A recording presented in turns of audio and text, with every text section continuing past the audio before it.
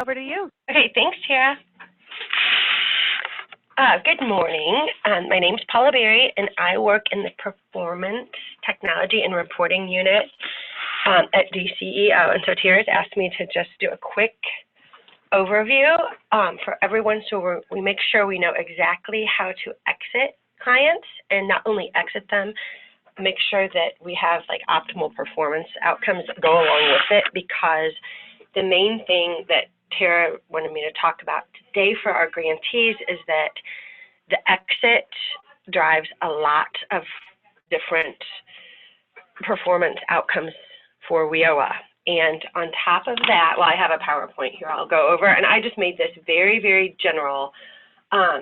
Before I forget, what I did do for another local area is this little one-pager exit cheat sheet. So especially new users for IWDS, if you always refer to this, this is basically all you have to do to get someone properly exited.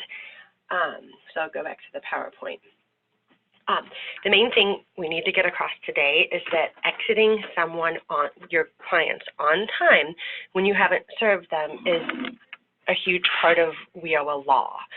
And it's the 90-day law that we report on. And this is where, for example, when we come to you and you're like, what's going on? You haven't served these people. We're not seeing services. What are you doing? It's just a matter that you just haven't exited them on time. So the term exit is just actually referring to the time when a WIOA customer leaves or exits the program. That's all it means, is that they're exiting because you no longer need to serve them.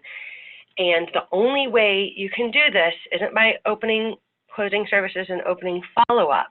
There is an actual button you must click to create an exit in the system. You literally have to tell IWDS that this person is being exited and then move on from there. Because if you don't do that, your customers will show up on the 90-day report month after month after month, and it just doesn't look good, and it's not compliant for reporting reasons.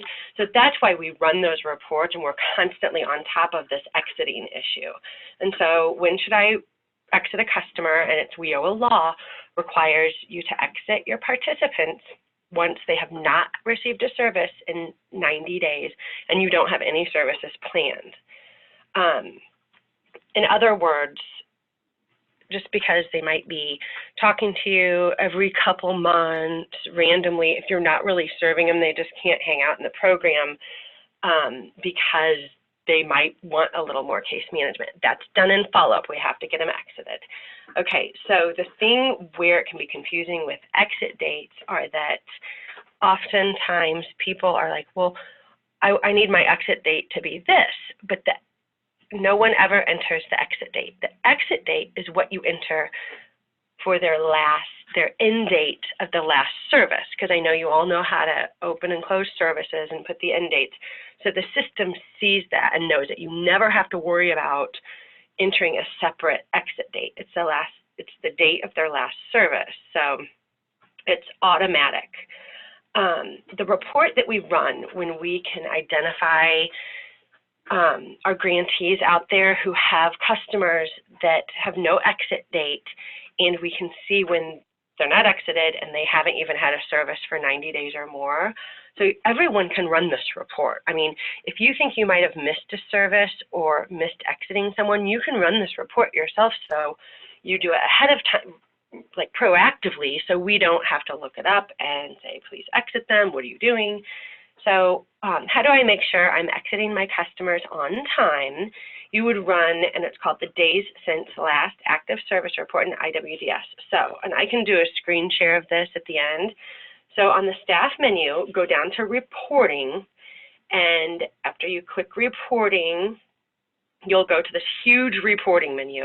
So I've highlighted this Days Since Last Active Service Report. You have 110 days, technically, because they're supposed to be exited when you haven't given them a service, and 90. We give you an extra 20 days for data lag to go in and actually process the exit. So click on Days Since Last Active Service Report, and this is the reporting criteria. So you would choose the LWIA 90, select your name. Unless you're a manager, you can look at any career planner.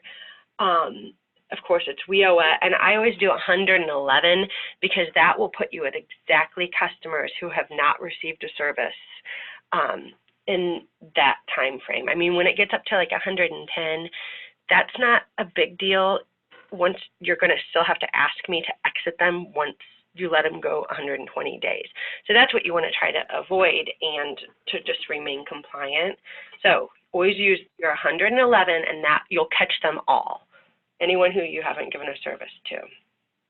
So when you see your list of customers, anyone who hasn't been provided a service in that time frame, you need to exit them. Review them for exit, go back and do your exit checklist or whatever you've been given, and they have to be exited. But in the instance where you're like, I know I've served this person, you have to go back and review that file and immediately enter the valid service that could extend their exit, because I understand that does happen. It shouldn't be the entire list who's missing active services, but it will happen occasionally.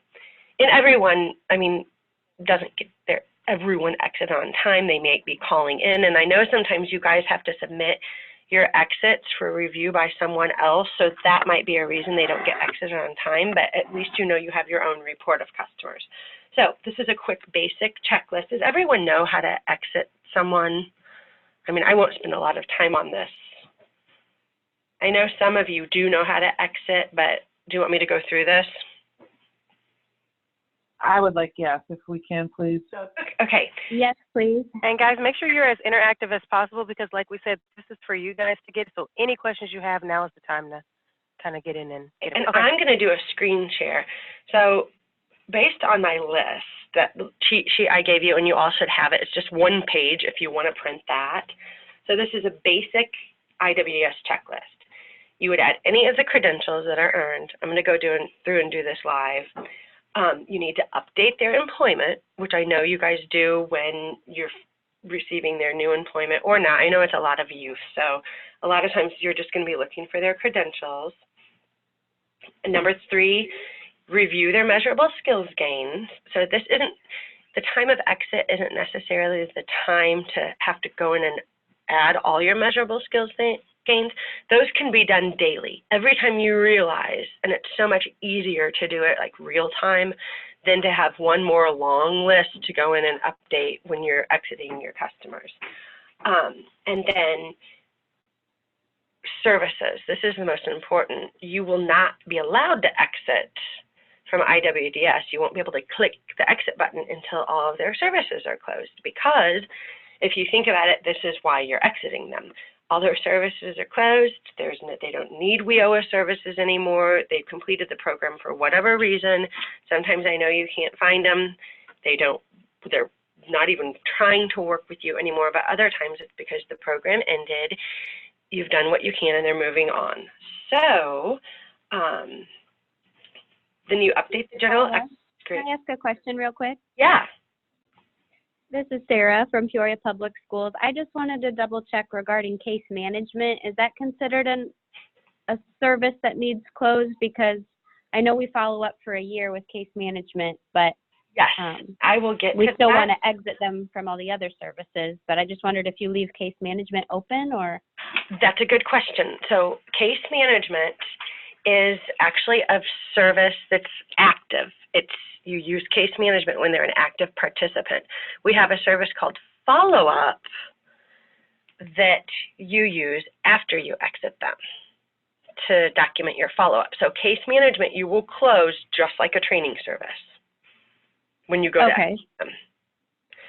And so you close case management, but you open up a follow-up line. Exactly. So you're going to have to close any case management, all of their training services, all of their career type services before you exit them. It will be required. And you will get an error message if for some reason you don't, like if you forget this step.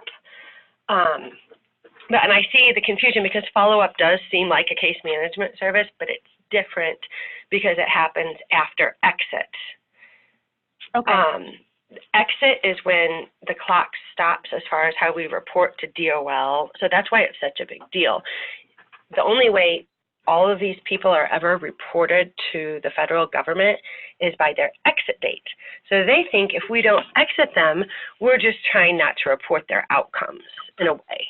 So that's why they're so strict about the 90-day rule. They don't want people just sitting around in WIOA with federal funds and not being exited and then reported. You have only so much time to do what you need to do with these customers. So, and I'll get to that. So these, I just included a list of this possible school status as an exit, and this PowerPoint is just for reference. There are so many, and I'll go into this. Then, after you exit them, you open the follow-up service. Actually, all of the other services have to be closed. Then you can open follow-up at the same day you exit them. It's just a good habit.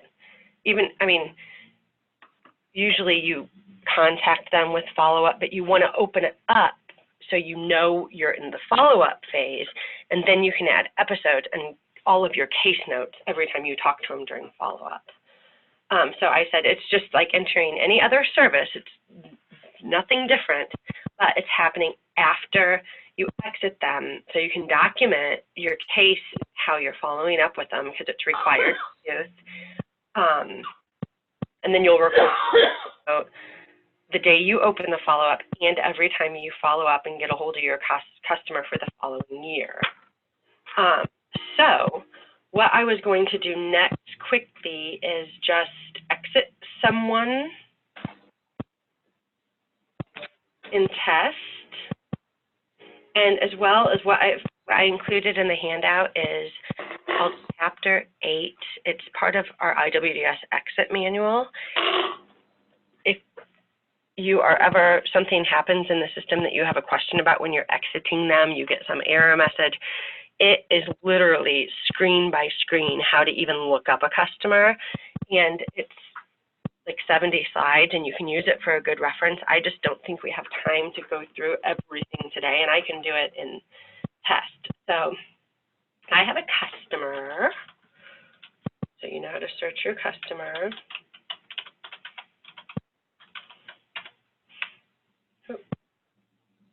Oh wait, I have to get back in test.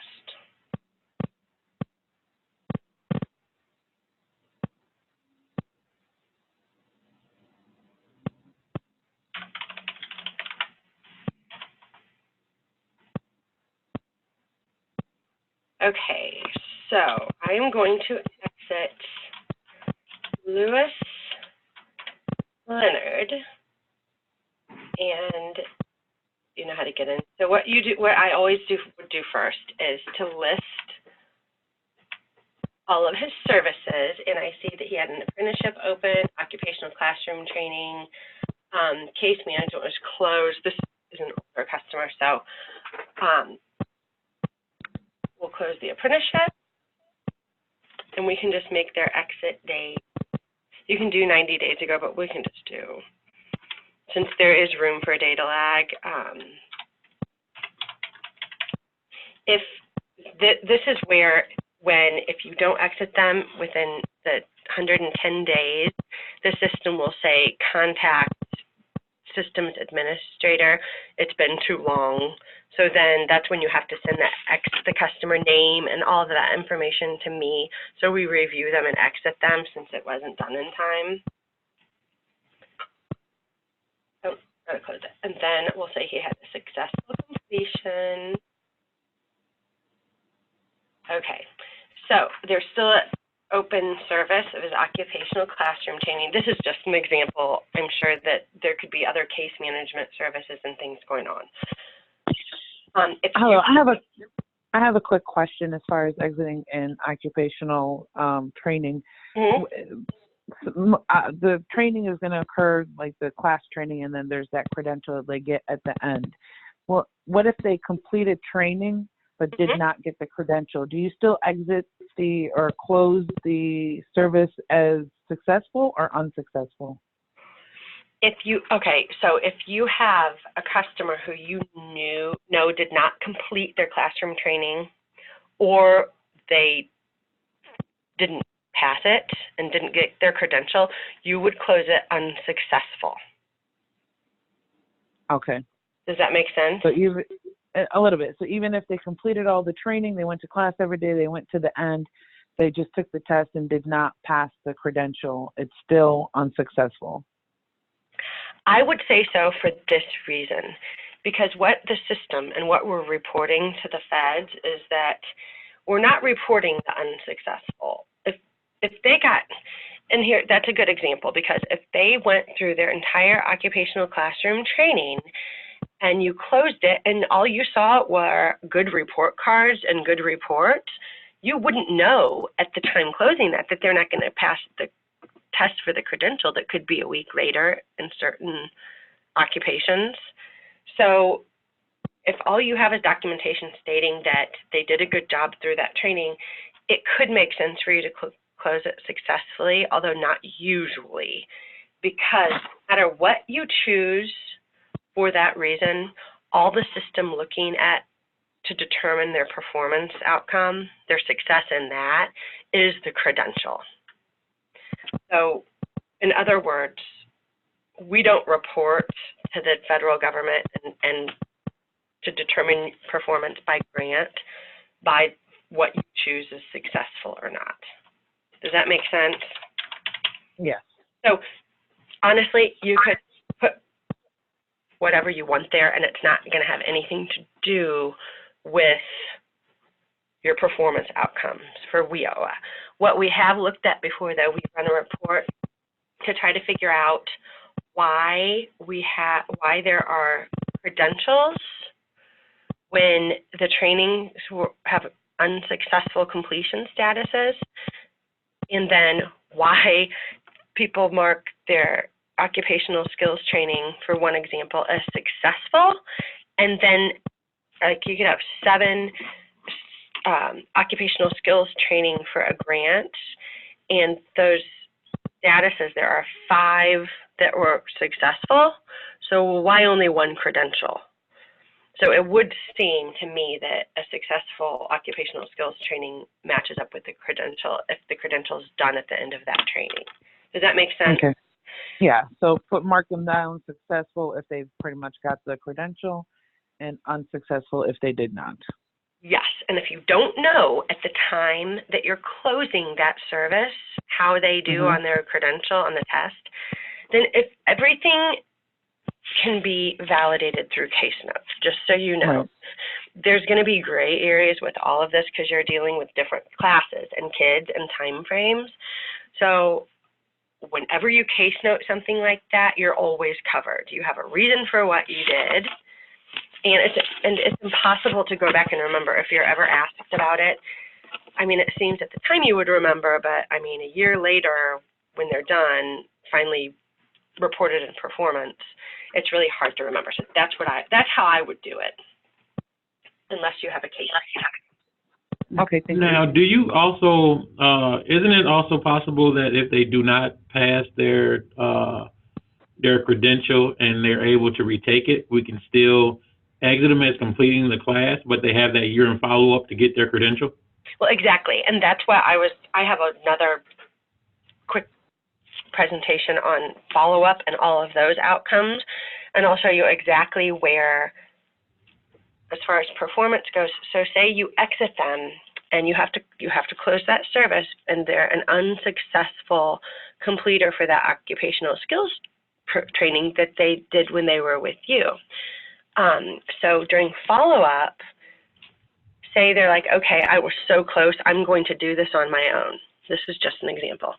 And they go back into some type of advanced training or occupational training, and they get their credential, that will count as a positive. You have an entire year, 365 days after they exit for them to get a credential and still count as a positive in WIOA credential attainment rate. The tricky thing about that is that if you're not following up with them or they're not returning calls or whatever, how are you ever going to know that they did that?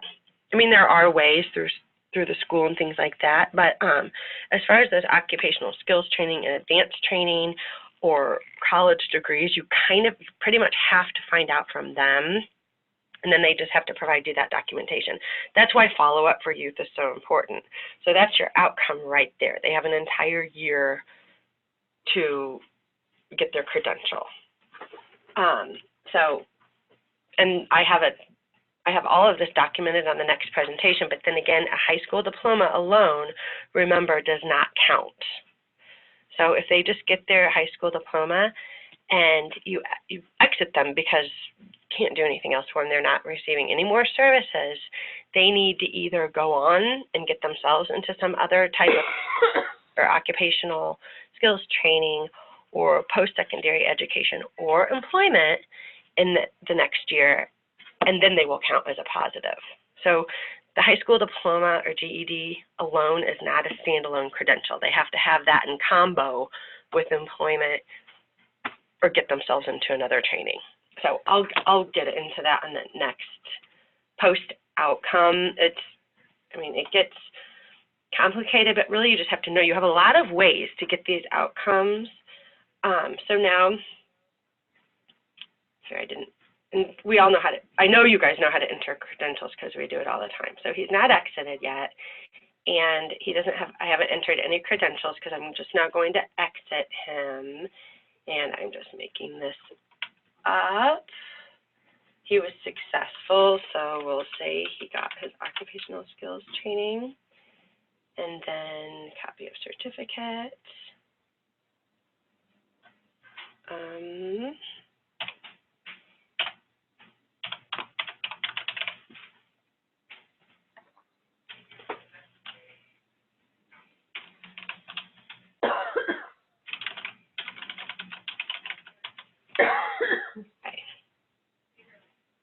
So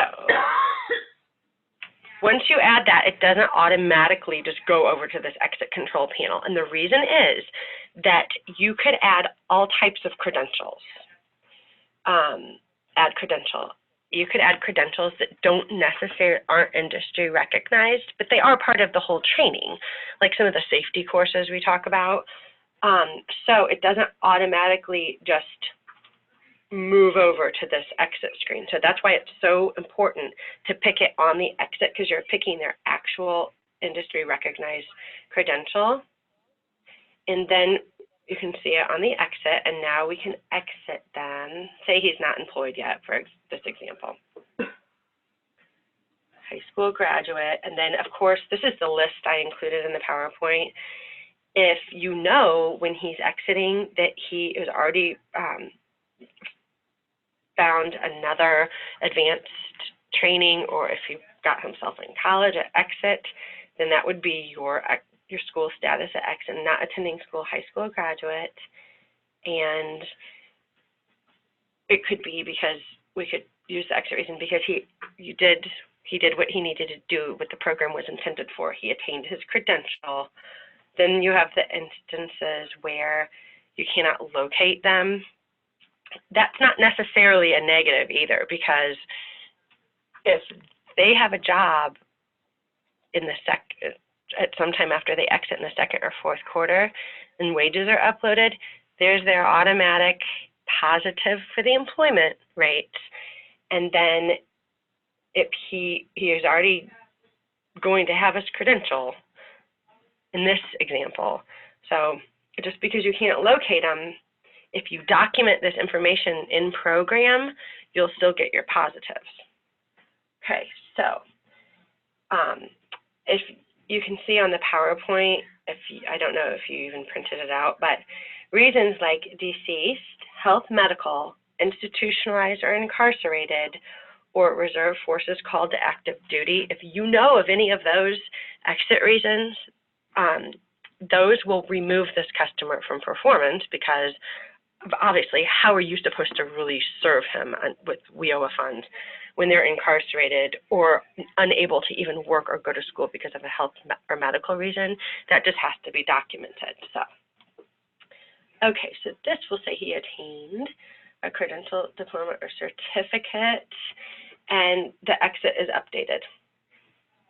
So what what we do now, this is actually an adult, but anyway, adults, if they enter unsubsidized employment, need follow-up too now, but I think that most of these are youth. So what we'll do is list enrolled services, and then this is when you can add your follow-up. Actually, since he's an adult, it'll make me use unsubsidized employment. Hang on. See, and as soon as you delete that, it takes away everything on the exit control panel. So that's the other thing.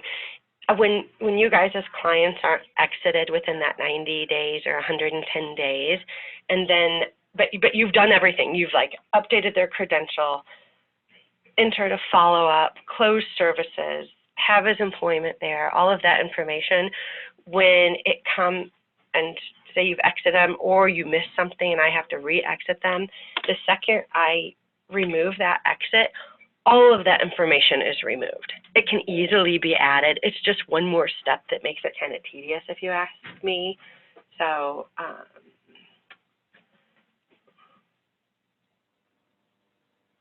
okay. He's an adult. So for an adult, I don't think you guys even serve any adults. And I will just go through picking. No. Do you? No, they don't. Okay.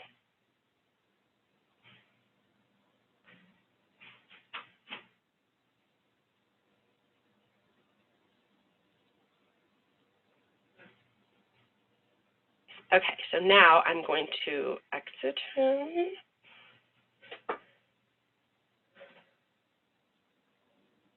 Okay, so it's all updated. We will just go back, and this is where you enter your follow-up service.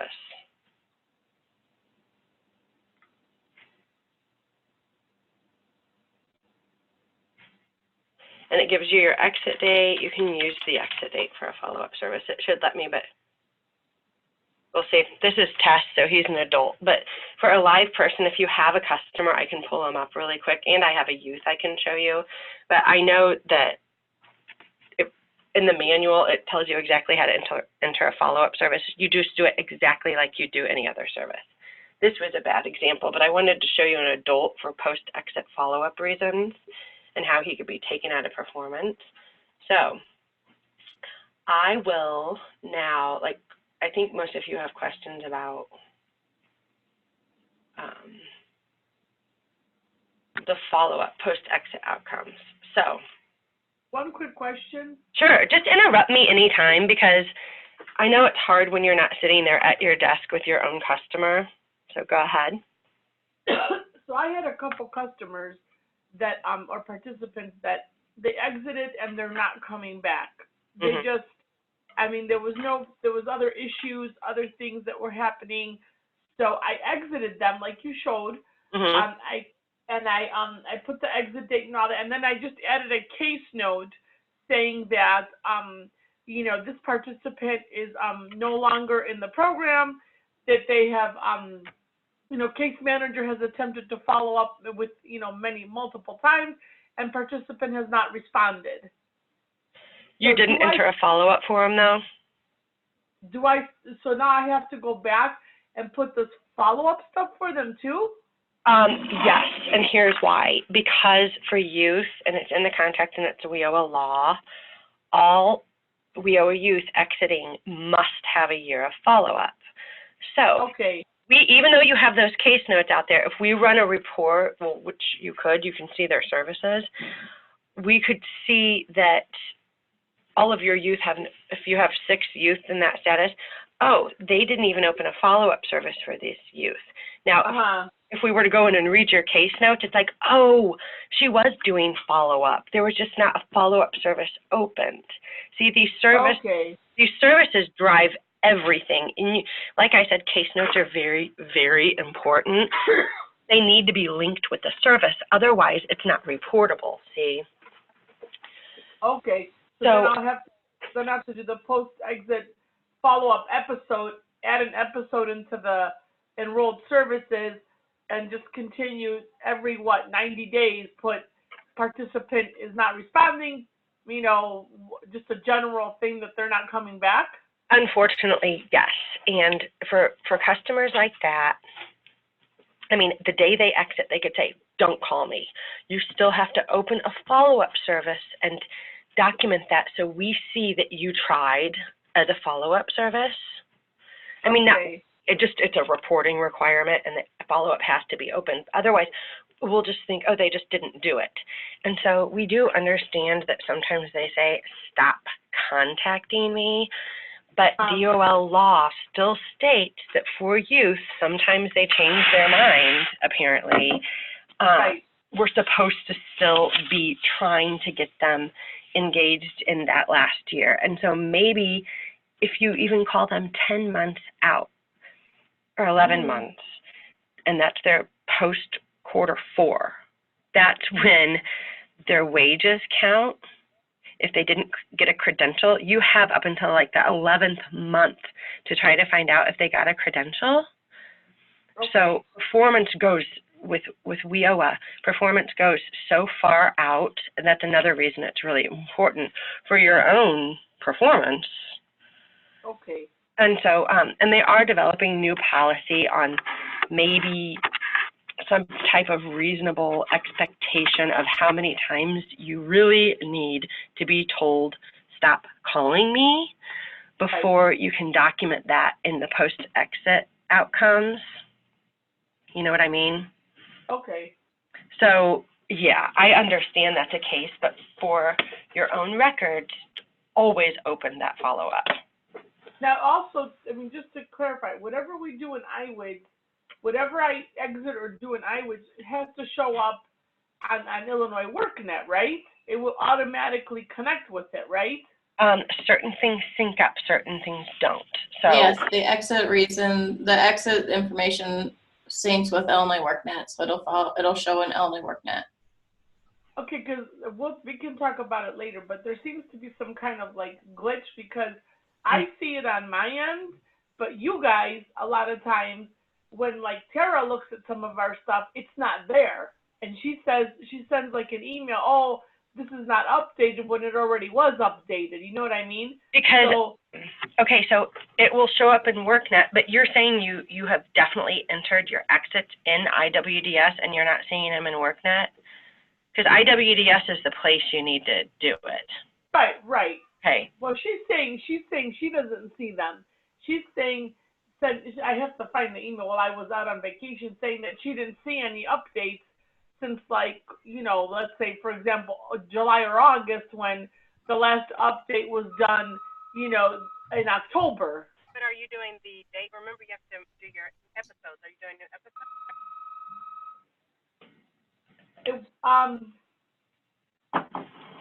New episodes. I don't know if it was an episode I added. You have to add an episode or it's not going to show up as the date. I have to check. I'll check for you really no, because I just did, I don't think I added an episode for them doing their grades, for their, like, midterm grades. Yeah, I'm looking right here. So case management, it's the last time you contacted. I think it was just a case note. 11. So if you've added case notes since July, then you will. So for their midterm grades, I should add an episode. Yeah, I won't have to go to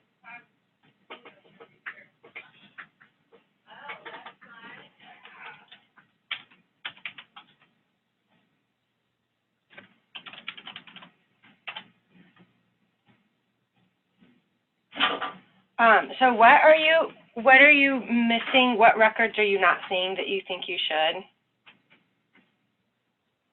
Okay, so I added I believe it was a case note, that I got an update from the instructor as far as the students' grades and their attendance. Mm-hmm. So I didn't add an episode in the enrolled services. What I'm believing I did is I added a case note. I didn't add an enrolled service because it was just an update of their progress. Okay, we need to add Tara, we need to add an episode so we know that there was a case management provided or like an update to their ISS or something. Okay, so then I would go Here. in. See where I'm sharing my screen right now, and this is just a youth and a test it's not a real customer. So this is I'm in his ISS service. This will work the same for your case management. Instead Okay. of listing case notes and adding a case note, you just add additional episode. And Okay, so we'll say right there, it's just like adding a case note, but it's an actual episode. okay, so I will say update on progress update or grade or midterm grade. Yeah, note subject, grade, midterm, or grade. Okay. Then spoke with, you always, Instructor, this participant has a midterm grade of A and attendance is excellent. So something like that. Okay, I have to add the episode, then I have to check that. Yeah, you guys have me a little nervous because you guys are everybody should be doing that, like since the beginning of the grant. When you're entering students in with your case management, the only way that we know you've actually contacted that customer that month is when you're extending those dates. So is everybody else clear on that? yeah. Okay. Patty, I'm going to send you the report I just ran. Everybody needs updated. And you have some people in here that don't even have case management. ISS and case management are the first two services you have to have for all your clients. Everybody has to have them. Mm-hmm.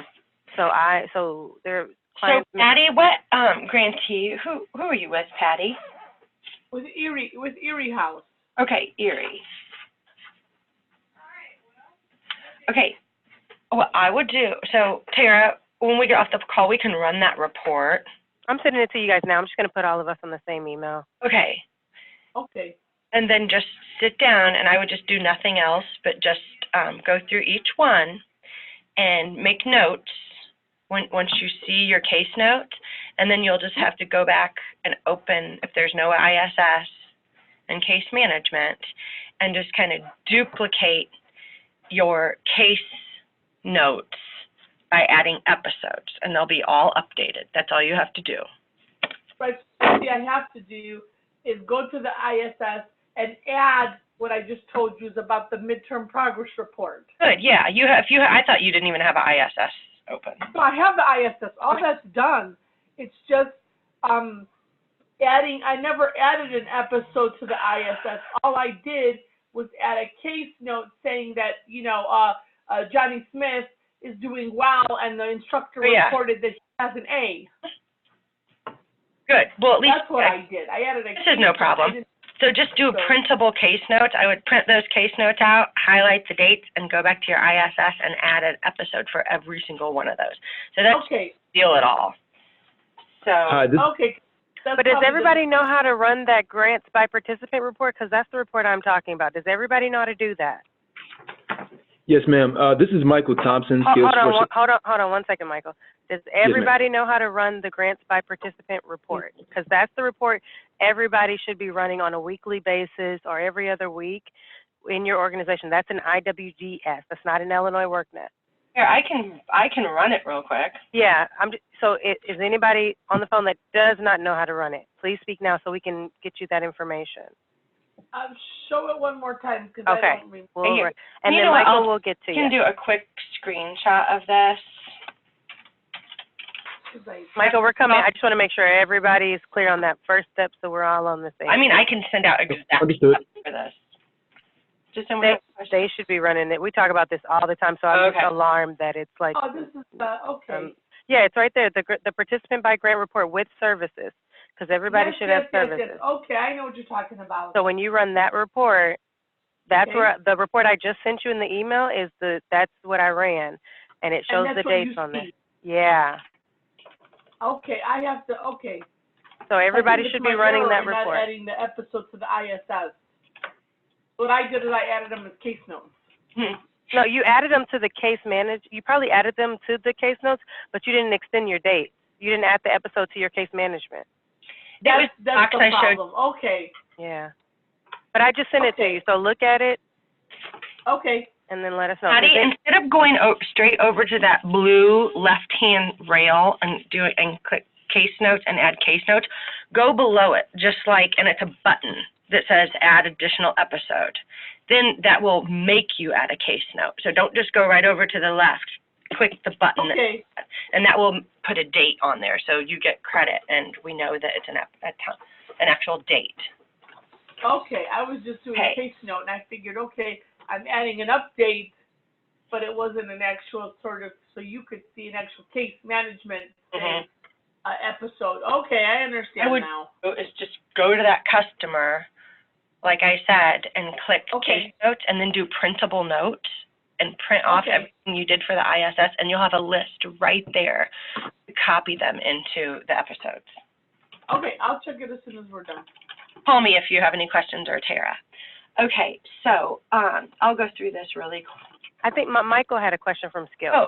Just a very, very quick question. So I've been running that participants with services listed report, and I was concerned because a lot of the data that I updated with services wasn't showing up in the 1G report. But if I add episodes, will that populate in the 1G report? Your services were not. I'm pulling yours now, Michael. Hold on 1 second. There was an issue with that report as far as co-enrolled participants were showing up. That's not, we don't have any co-enrolled participants. Okay. Chicago Urban League. Okay, looks like you added some monitoring. Oh, you added monitoring for everybody. All right. Everyone receives mentoring, yes, ma'am. Perfect. And in Harold Washington, we have 4 people. Michael, what grantee are you with? Skills for Chicagoland's Future. And yours is the same issue too. You're missing the episodes on the case management. So some of them are stopping in July.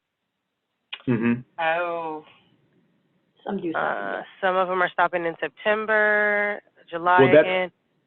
Cohort dependent. So What do you mean? It depends on when their training program started and ended. Some for case management? Some individuals' cohorts training has ended, so we've no longer doing the mentoring part of it. They still have case management aspects as far as follow up with their employment and their jobs, but others are just getting ready to start. No. I'm saying I'm looking at case management, and they're ending in, most of them actually, are ending in July. You should be talking to these kids every month, right? And then and adding the episode. But we talk to them once a week, actually. Yeah, they get mentoring once a week unless they have been terminated from the program. Right. I'm not talking about mentoring. Okay. So when I run the report, the participant by grade, can you go down, Paula? Go down to the second page? I'm sorry, to the 4th.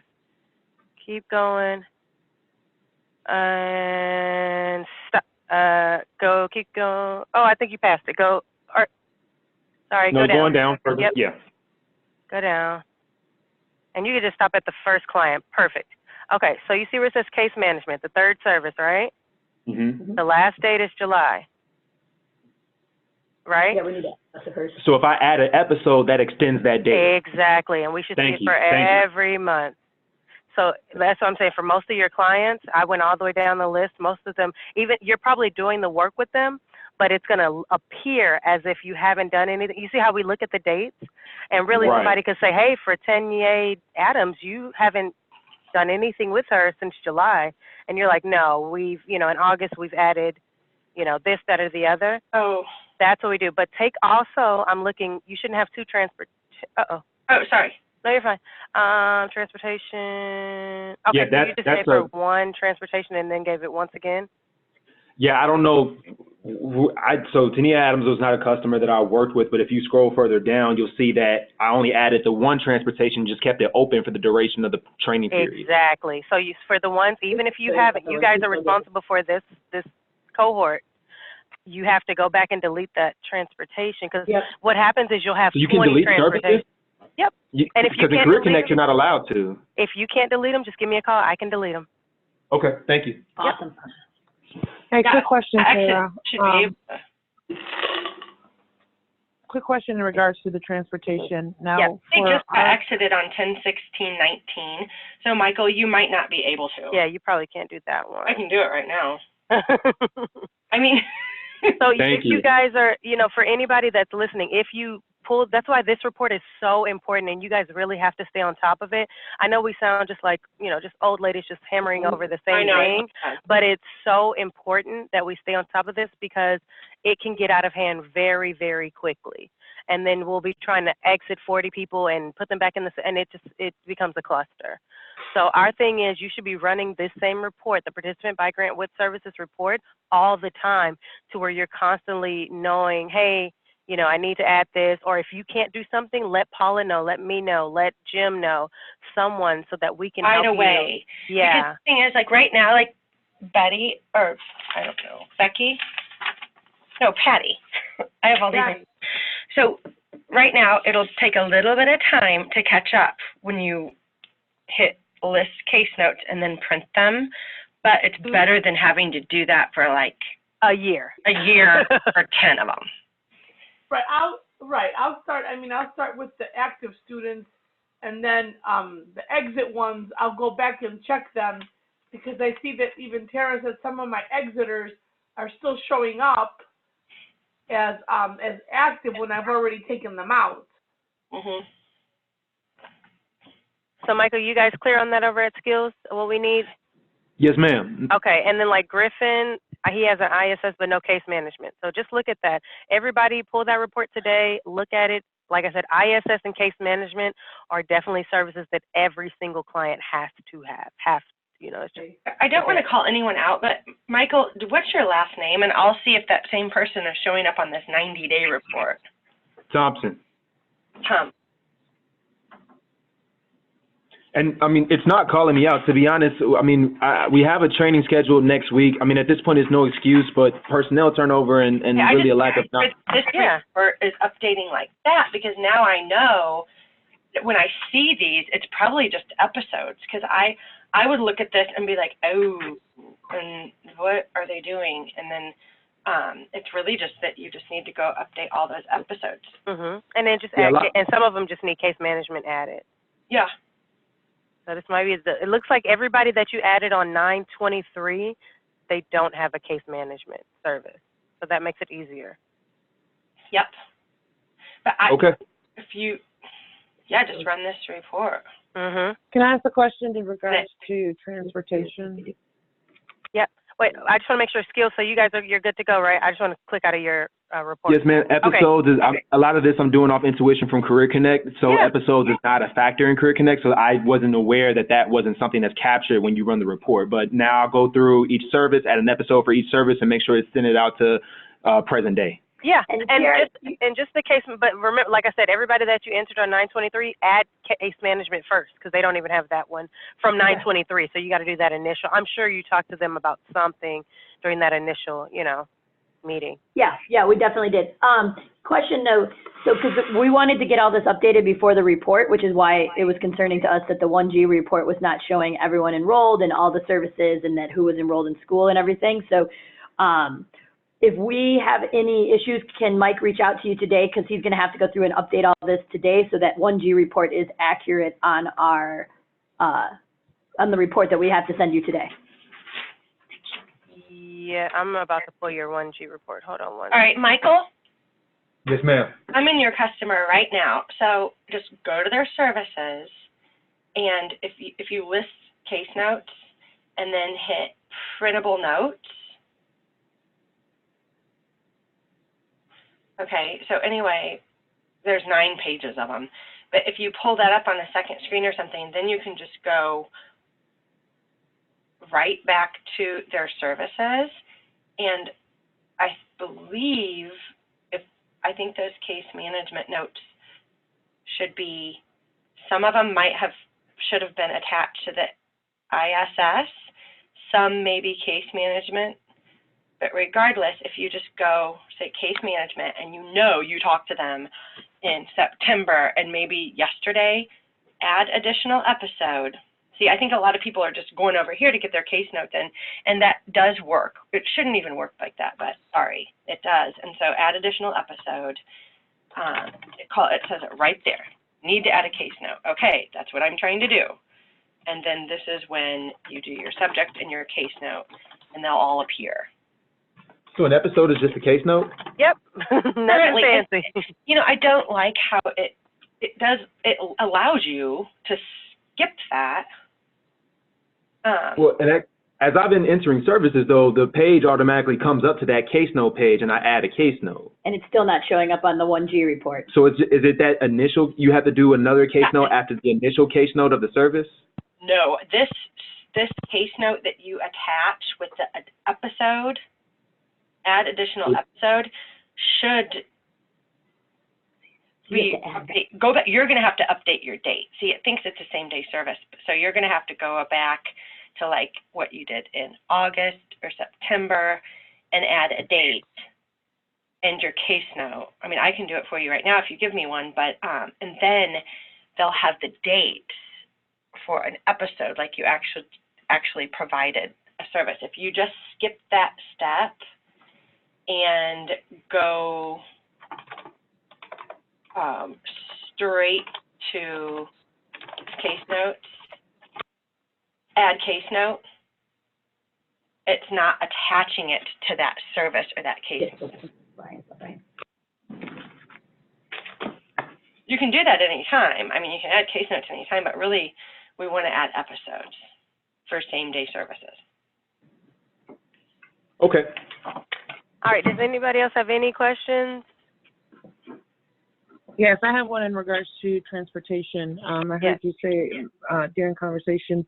So what I did is during their internship, during their training, they had a transportation, and then once they started their internship, I put it under work-related transportation. Is that okay, or should it remain under just one transportation?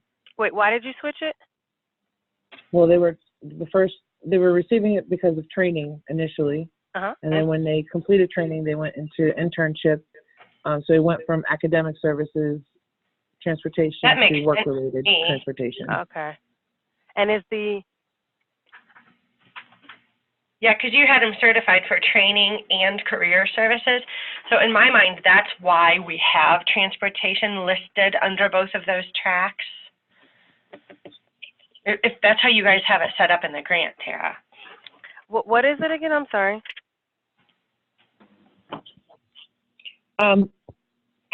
What I did was I set up a transportation when they were in training. Yes. And once they completed training, I closed that transportation under academic services transportation, and then I started a new one under work-related transportation. Are we still paying for transportation, or is somebody else paying for it? Because only go ahead. We're still giving them transportation services Through the grant. Correct. But it's no longer academic. Correct. For monitoring issues, Tara, that might be fine. Yeah. That's why we have a transportation under academic training and work-related, because it can move on from one to another. So as far as if someone were to go in and monitor that, it would match up probably perfectly. Right. I'm pulling it right now. Yeah, that's fine. Keep it how it is.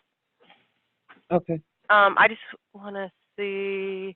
The only issue is when people add transportation and it becomes like 20, but in that case, you'll only have 2. You know what I mean? Right, yeah. I'm keeping it open. Yeah, that's fine. Correct. Yeah. Okay. I'm trying to find one that you have. I don't see one.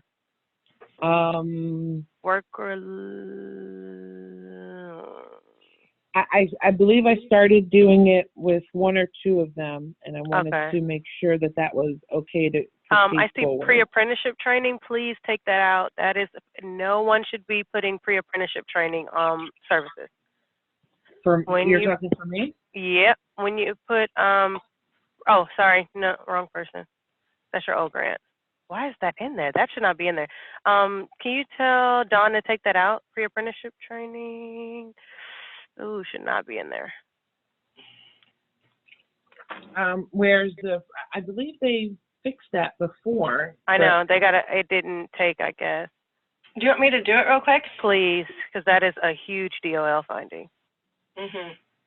Well, pre-apprenticeship isn't even training, so with that. Yeah. Okay, so who's that under? Hold on. I'm looking at your new grant now. Transportation. Okay, I just see transportation. Okay. So if you guys are in the same situation as OA, okay, I see one now. So I see one. Okay, so if you guys are in the same situation and you provide transportation for academic training and then you provide transportation to work-related, do what OAI is doing. That is correct. Open, but make sure that block of time that they're doing transportation for school or for work-related, open and close it with dates. Don't have each week that you're providing transportation opening up a new service. Everybody good on that? Okay. Yeah, the transportation you're providing them for their like academic should match up with the training program date. But Terry, did you want me to go in and delete that pre-apprenticeship real quick? Please, yeah. Who's the name? I didn't see it. Hold on. Oh, because you're not sharing your screen with me. Yeah. Does anybody else have any other questions? We have like 2 minutes left, but I want to make sure that we're answering your questions as they're coming up. Can I ask one question? Yeah. Regarding the follow-ups, we are doing follow-ups for the positive exit, but for the negative exit, we don't need to do follow-ups, or we have to still do if we can catch clients that's working, or Follow-up is done for everyone. Everyone. Because what happens is if they don't say I'm sending you the name, Bria Holloway. I have PowerPoint on exactly these situations. It'll just take a few minutes, but if everyone wants to print it, and then it's Bria Holloway. I'm writing that down. I'll do it in a second. Okay. Bria Holloway did go through an apprenticeship program through the employer that she went Okay, to. so she actually went to a registered apprenticeship after? Yes, but that was through the employer, not through us. Not a pre-apprenticeship. Okay, yeah.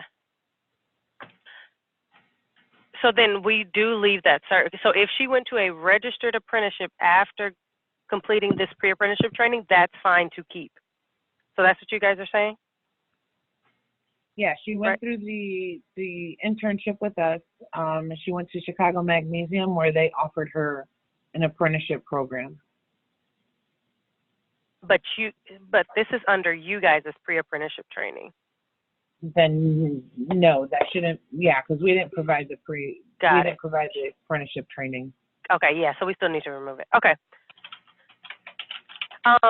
So just to answer your question, sorry, Asian Human Services and everybody else, even if someone says, hey, I'm not doing this program, leave me alone, whatever, you still have to do follow-up because what happens if they get a job? Here, I'm going to show one quick example of this. Perfect. So on this PowerPoint I created, so you'll always know, if you ever go back to this, post-exit performance measures you can still get after they're like exit-based. The only way we ever know these people did these things is after they exit, and they count for performance. So you have the credential attainment rate for everyone. Youth, all youth need to be is in employment, and education counts for youth. So we'll get their wages. You may never know what a youth is doing, and they're not talking to you, no matter how hard you try. But if we get a wage upload, if they're working one day in the second quarter, we'll get their wages. So you're off the hook for that. But what we won't see is if they have gotten themselves into some type of advanced training, college, anything like that. They need to tell you so you can go update it here if you look at my screen. So here, let me move down. And I'm sure you got those 4 attachments. The PowerPoints aren't really that long. I sent, if you want to print them to look at this, because you'll need to go into IWDS. I can do it on another call for 15 minutes next time you guys meet. But this is their credential attainment rate. So say they had nothing or just high school here when you exit them, but this one is like a live example. They exited back in May, and now we're rolling around to October, which is their second quarter post-exit, and that's when their employment counts, or whatever else they're doing. They only got their high school diploma. You talked to them in September, and you figured out that they enrolled in college. You go to that, you update that post-exit quarter, and if you go through the slides, I have the exact slide and how to do it.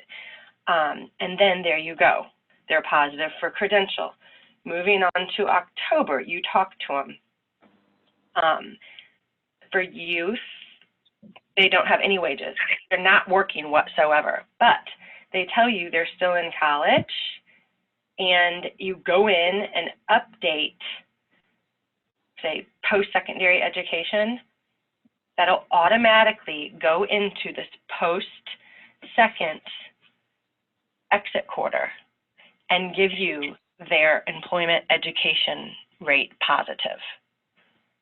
So you have to follow up with them anyway, but following up is really pointless if you don't go in and give them the credit in the system. See what I mean? So that's just one example. Then if you find out they had supplemental wages and they can provide you documentation, you can record that there too. And then, I mean, you're on the hook with them until next April through June of 2020. If you find out they're doing something there next spring, summer, you'll update that just the same, and they will be a positive for performance. So that's why we're like, follow up. And this is the screen you used to do it. And if you go back to the PowerPoints I sent, it's like really clearly defined. I have a screenshot for everything and exactly where you need to enter that, as well as the dates, and then my contact info. So sorry, I just wanted to show you that really quick so you're not like, what is this? This will tell you exactly how to get your outcomes on there. And Paula, these PowerPoints will be emailed to us, you said? I thought they were. I didn't. Tara, I will do it right now. And they're posted on Illinois WorkNet. So anything we talk about, as well as this video, is always posted on Illinois WorkNet. That's actually where you guys should go to get it. But just so I can make sure that everybody has a copy, I'm actually going to send it right now. And so if you have any questions, you. but see, if you look, I mean, it's some narrative, but I just gave an example. So on October, we spoke. Too much. Running me. Go ahead. Running me. Haley. Hey, Haley. Haley. Oh, sorry, guys.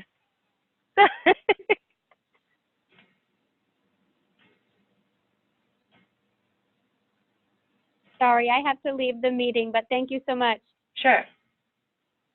I have another quick question in regards to like the quarterly updates. So if they're still working quarter one, they're working at XYZ, quarter two, they're still working at XYZ. Do we have to update each quarter, or is it automatically updated, or it's something we have to do manually?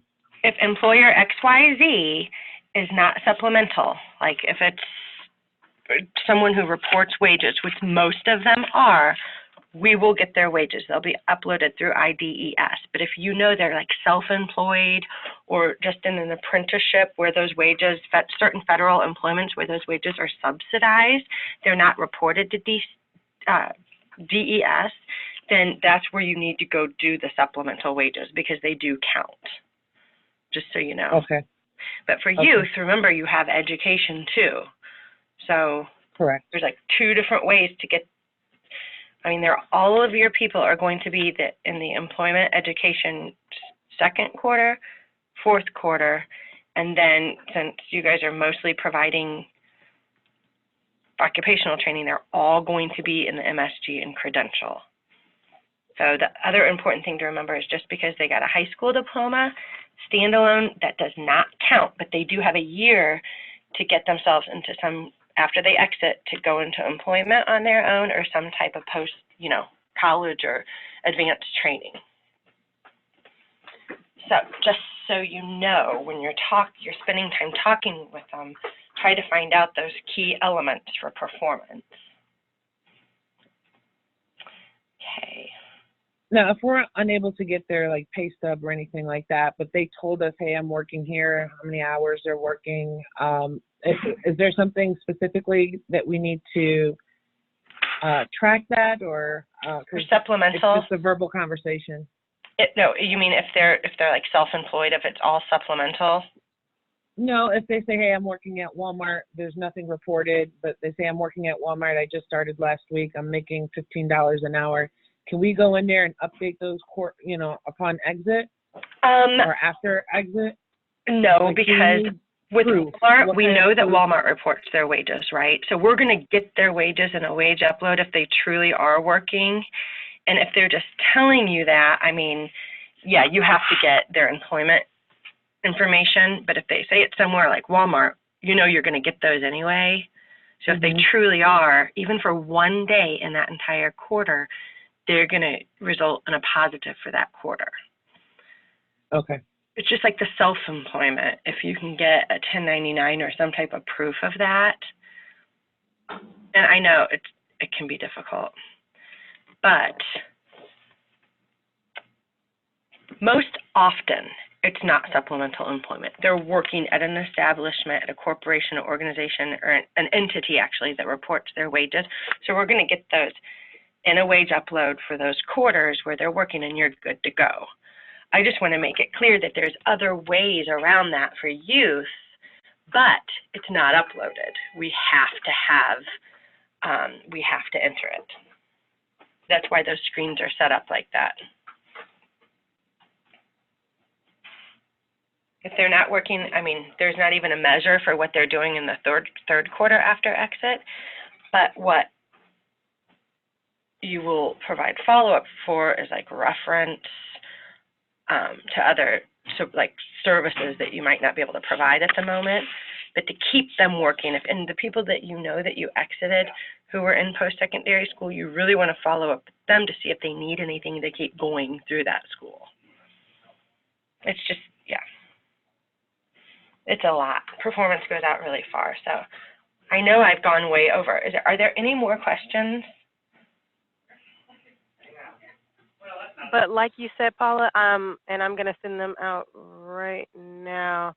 On this screen on the PowerPoint, sorry, it's page 11 of the one called post-exit outcomes. So that's the drop down. And I'm sure, see, and you guys won't even be able to see those quarters or to click update on them until, say, your client was exited back in May. Now we're rolling around October, and those quarters are available to update.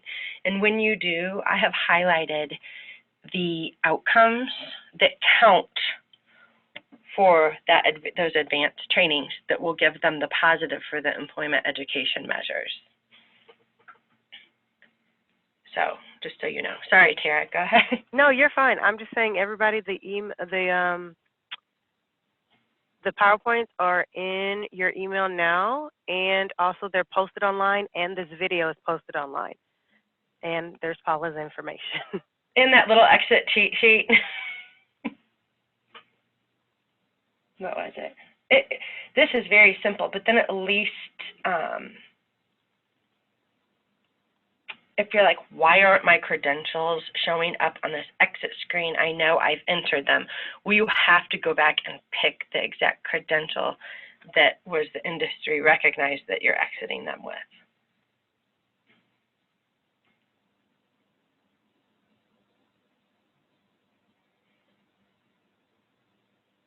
All right, does anybody have any more questions?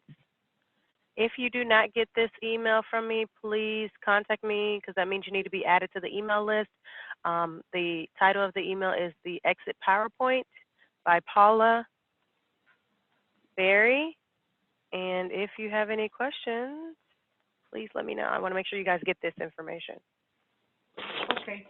And if anyone ever has any questions or issues with going back to their list of customer services and clicking on that and adding an episode, just call me or email me, and I'll just get on and we'll just sit down and do some of those at that moment together.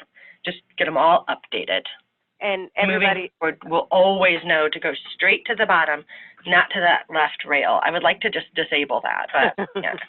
I want everybody, please, if you have time today, if not, please, by the end of this week, run that participant by grant report, because we have to make sure these files are updated up to date, up to this date, because we cannot go on to the next quarter and have issues. Because like Paula said, like I've said, it becomes a huge, huge, huge issue the longer we wait, instead of just taking time out, updating them, and then moving on. So please get those done, like I said, if not today, by the end of the week, because we really got to make sure everybody's clients are up to date. And call me if you have questions. I know it's very tedious too, Tara, to, you know, people are bugging you and you're trying to do other stuff to sit down there with the list and just meticulously add date, and case note, but. I'd rather do it now with 20 than later with 60. It's mind-boggling once you get too far into it, so. All right, everybody, you're good to go? Like I said, Thank this you. video is posted online. Illinois WorkNet is your go-to place, guys. There's videos up there. There's resources. You guys should be running the report in Illinois WorkNet as well, just to make sure your information's transferring over. Although our systems are great and wonderful and all those things, they do mess up sometimes. And oftentimes it's grantees that say, hey, you know, I'm not seeing this, or I added a client the other day and I'm not seeing it. So if you guys are really active in the system, it helps all of us keep the systems up to date. And if there's any issues, we can fix them immediately. Okay. All right. Skills, did you guys need some additional help? If you give me a call right now, I have the time. If not, I have a meeting from 12 to the end of the day. So if you guys need me, call me now. If anybody else needs help, please email myself, Tammy. If it's an issue with Illinois WorkNet, that's going to be Natasha. If it's an issue with IWDS, either Paula or Jim can help you. But like I said, it's up to you guys to let us know if you're having issues. Right, and Sarah, I didn't get the name of that person where I needed to delete the pre-apprenticeship training. We don't need, oh yeah, Bria Holloway, it's under OAI's grant. I'll send you the grant number. Sure, thank you. No problem, thank you. Have a good day. Oh, go ahead. Question? We're good to go here at Skills. I'm going to get started on updating those episodes, but if I do have any issues, I'll be sure to reach out. Perfect. And everybody, the way that I know that everybody's good to go, if you guys could run, once you've made all your updates, run the grant by participant report with services and email it to me. So that is my way of knowing that you guys are good to go and everybody's updated. So did everybody get that? Yes. Yeah. All right. Thank you. Okay, bye. All right. Bye.